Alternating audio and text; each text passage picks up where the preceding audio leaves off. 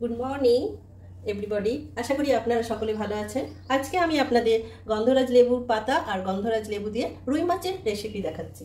মাছটিকে আমি সামান্য হলুদ, নুন আর সামান্য গন্ধরাজ লেবুর রস দিয়ে মাখিয়ে ভেজে রেখেছি। গন্ধরাজ লেবু জেসটাকে বার করে নিচ্ছি।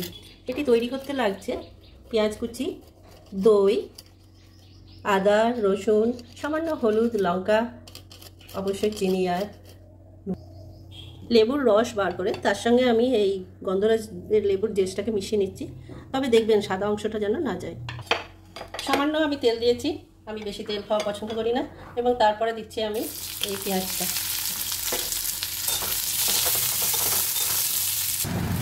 সামান্য লাল হয়ে গেছে। এটা আমি এই মশলাগুলো দিয়ে দিচ্ছি।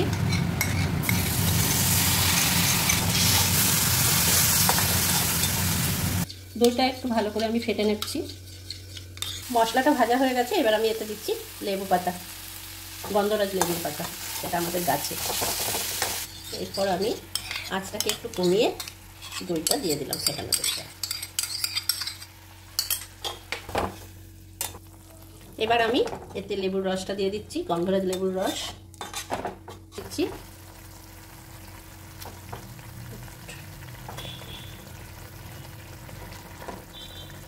এবারে অল্প আছে কিছুক্ষণ রেখে দিচ্ছি।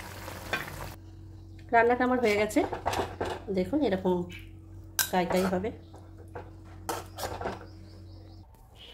আজকে আমার মেনু হচ্ছে উচ্ছে ভাজা, আম ডাল, ডাটা বড়ি দিয়ে আলু বেগুনের একটা তরকারি, আর অবশ্যই গন্ধরাজ রুই।